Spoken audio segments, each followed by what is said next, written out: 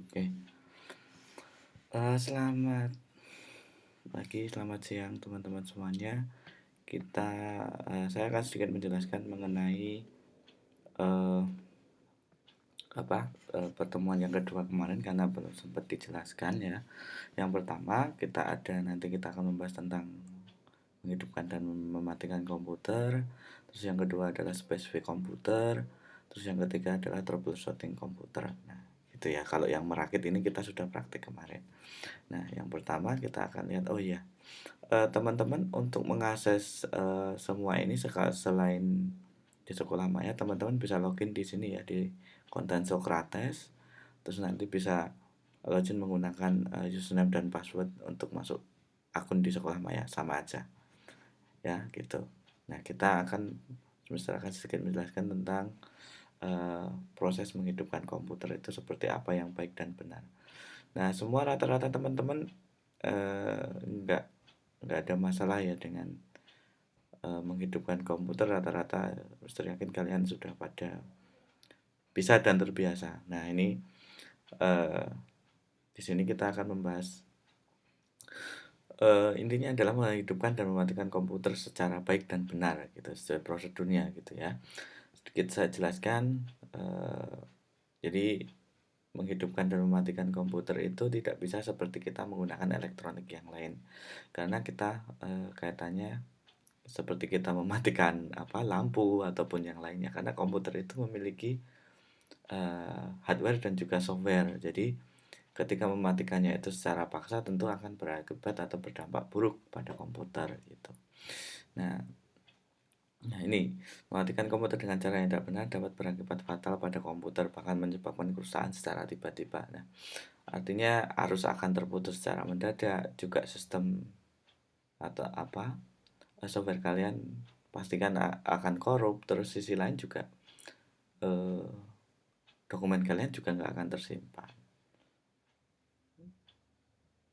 Ya, eh, jadi untuk mematikan komputer itu memang banyak hal ya teman-teman ya. Secara umum memang, kita apa bisa langsung shutdown lewat, aplikasinya, lewat yang Windows-nya biasanya seperti itu yang di sudut kiri. Gitu. Nah, di sini, eh, menghidupkan komputer. Nah, itu aturannya gimana aja? Yang pasti sumber daya juga harus ada, listrik, nyalok listrik. Kalaupun laptop, pastikan itu, daya baterainya masih masih sehat ya, masih normal gitu.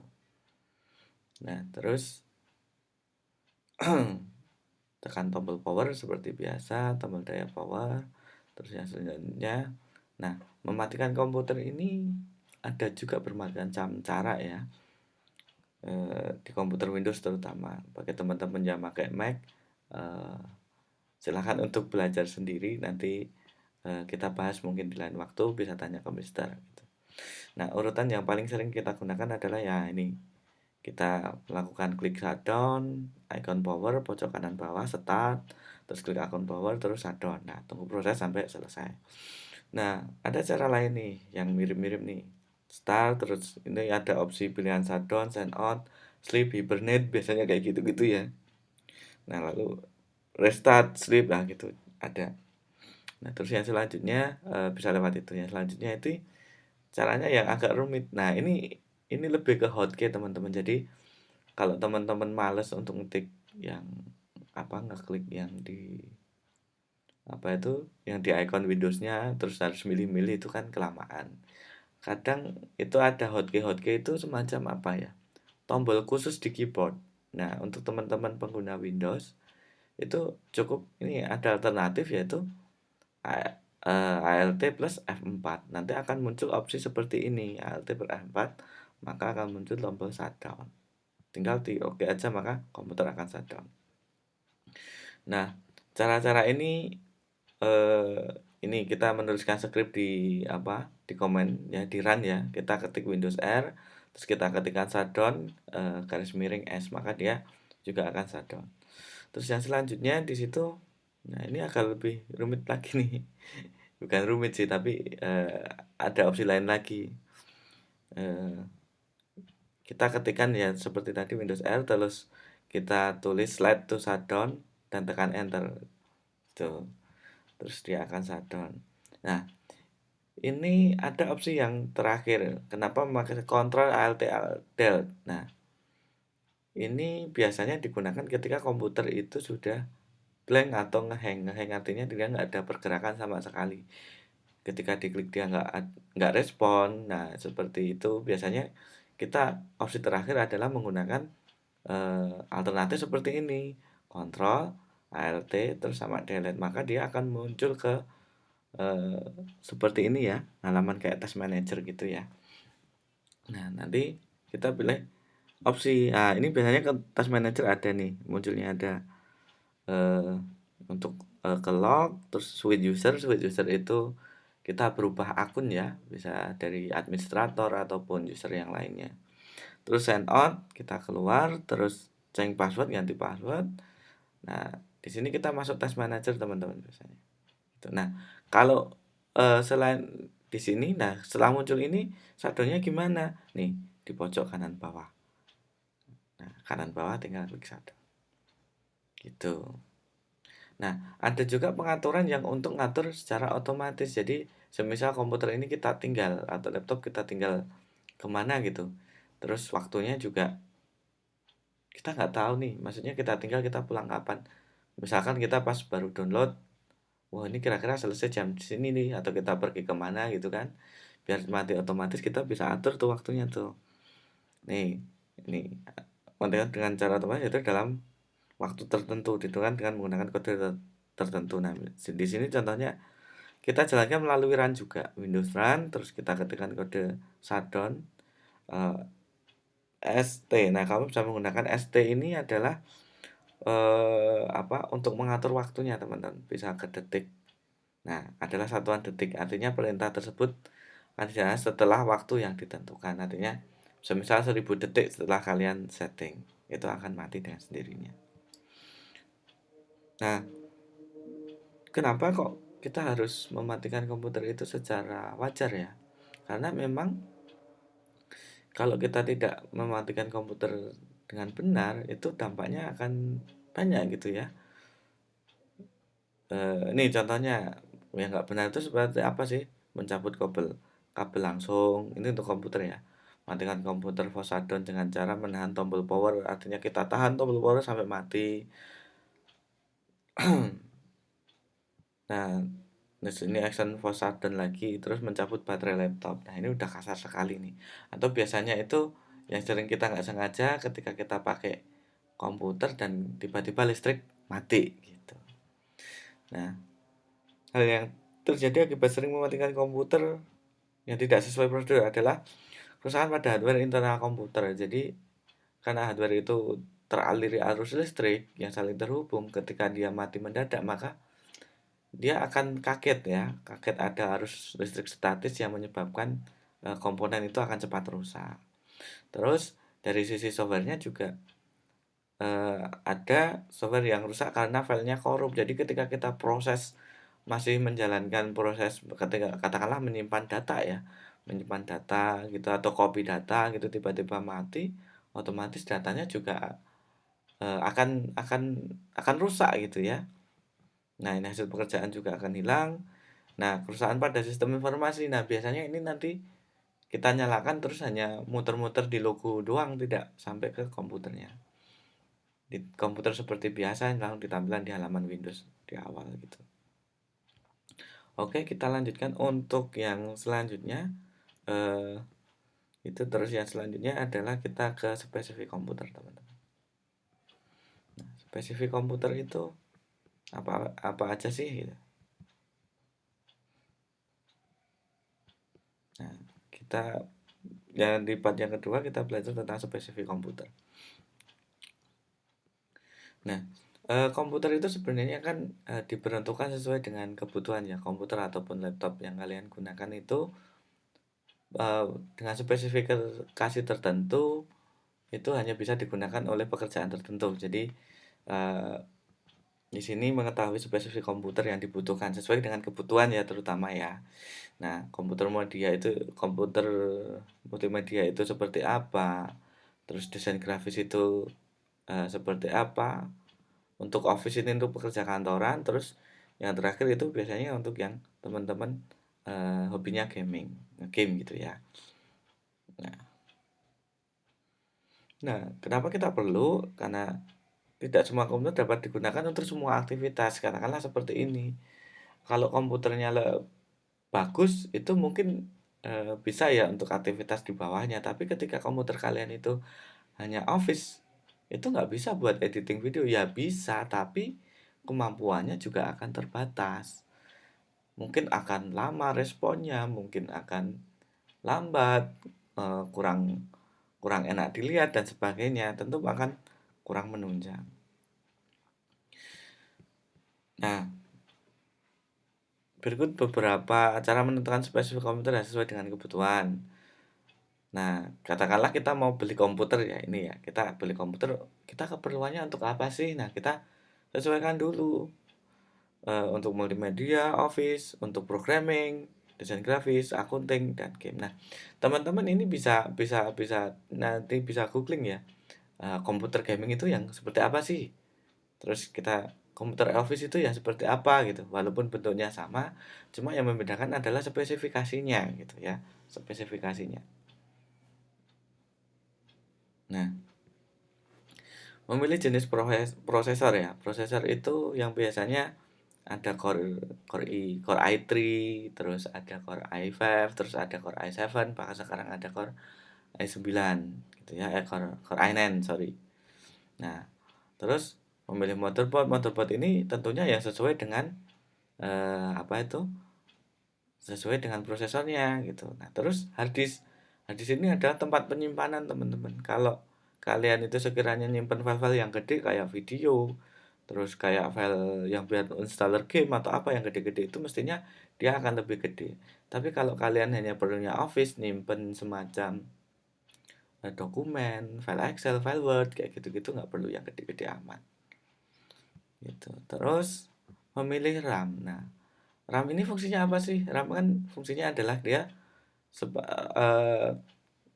dia itu adalah memori yang diakses secara random atau acak gitu ya. Fungsinya adalah untuk menyimpan file kita secara sementara sebelum kita simpan file itu di dalam hard disk. Nah, kenapa ini berbeda? Karena untuk komputer Office biasanya dia hanya memakai untuk saat ini ya, rata-rata memakai RAM sejumlah 4 GB.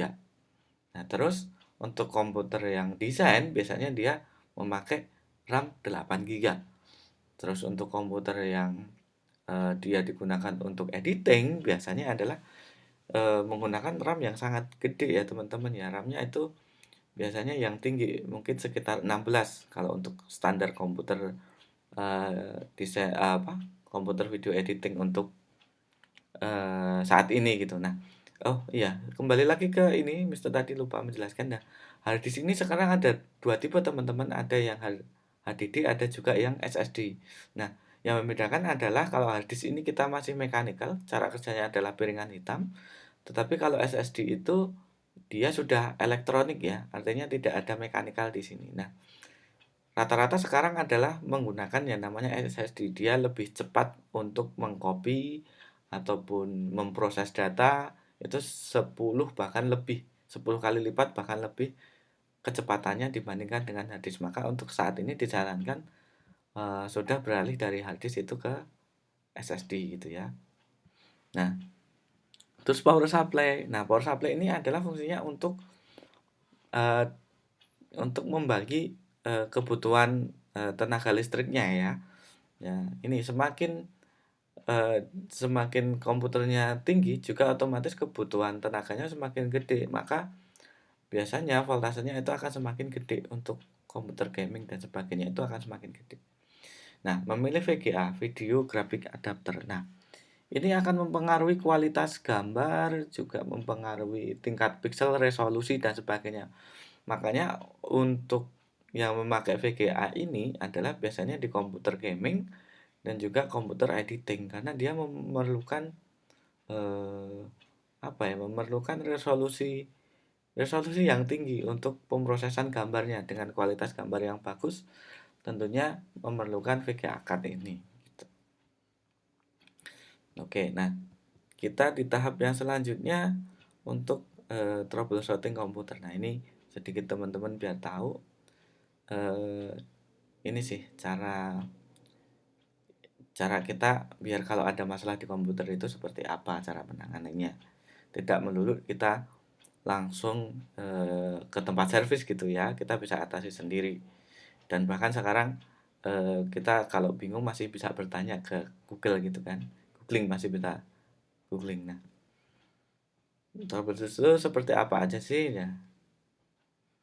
Nah, ini yang terjadi tuh, komputer tidak mau hidup tetapi tidak mau komputer mau hidup tetapi tidak mau booting. Nah, ini biasanya yang terjadi ketika komputer mati mendadak atau matinya itu, dipaksa secara tiba-tiba. Nah, itu akan filenya akan korup biasanya. Nah, itu tidak mau booting, artinya booting itu adalah proses untuk, membuka operating sistemnya, Windows-nya gitu ya, setelah kita nyalakan.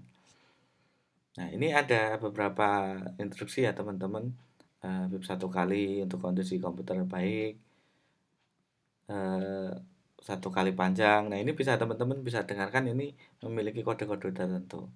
Nah, kerusakan yang sering terjadi lagi adalah komputer hang. Nah, not responding. Nah, ini biasanya panas yang berlebih pada prosesor dan VGA membuat software pada sistem terjadi error hang, macet, dan not responding. Nah, eh, ini penyebabnya adalah biasanya kalian banyak membuka file ya, terlalu banyak kalau Google Chrome atau apa browser terlalu banyak membuka browser.